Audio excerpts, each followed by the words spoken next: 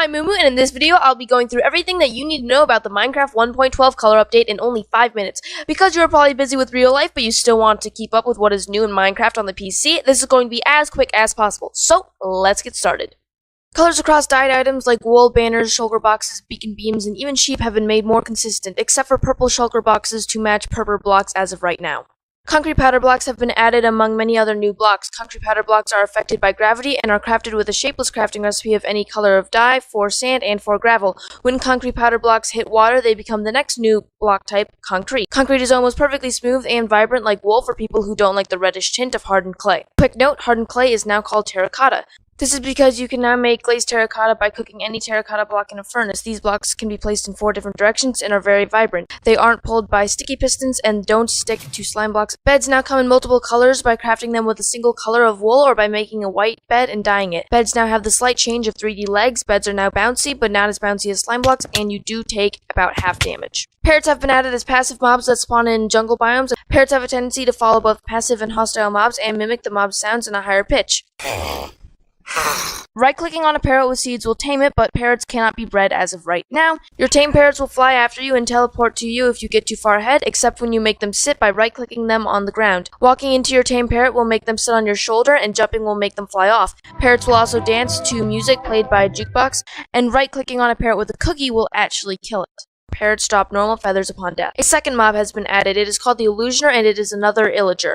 It uses magic and a bow and arrow to attack players, villagers, and iron golems. After it is hit for the first time, it will make 4 clones of itself. The real body will turn invisible and shoot arrows. The real Illusioner will often be in the middle of its clones, so that is where you want to aim. Every time the Illusioner is hit, the clones will group together and then spread out again. If the difficulty is over 3, the Illusioner will cast a 20-second blindness spell at the start of the fight. As of right now, the Illusioner can only spawn with the /summon command. The backs and bottoms of stairs are now considered to be solid blocks, so more things can connect to stairs and can be placed on top of stairs. Paintings will now take up the largest space available, and using any block you can control how large or small you want the painting to be. 5 new sounds have been added to note blocks, making a total of 10 possible sounds. These sounds are the bell from the note block being placed on top of a gold block, flute from a clay block, chime from packed ice, guitar from wool, and the xylophone from a bone block. More new sounds have been added in general. These are the sounds of a boat paddling, the casting and reeling in of fishing rods, throwing of an eye of ender, the eye of ender breaking, putting an eye of ender in the frame of an end portal, the portal activating, the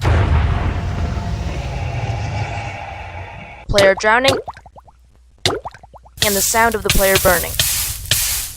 Tutorial notifications will now pop up in the right-hand corner if the player does not start playing immediately. The advancement system has been added to directly replace the old achievement system. The advancement system gives guidelines for the players to follow. There are 5 tabs: Adventure, End, Nether, Husbandry, and Minecraft. The advancement system is customizable, so it is good for map makers to use for quests and custom maps. It can also be used to trigger commands, so map makers can reward players for completing the tasks. In your inventory by the crafting grid and in crafting tables, there will now be a recipe book. When clicked, it will bring up a new window in the game with everything you have learned and their recipes.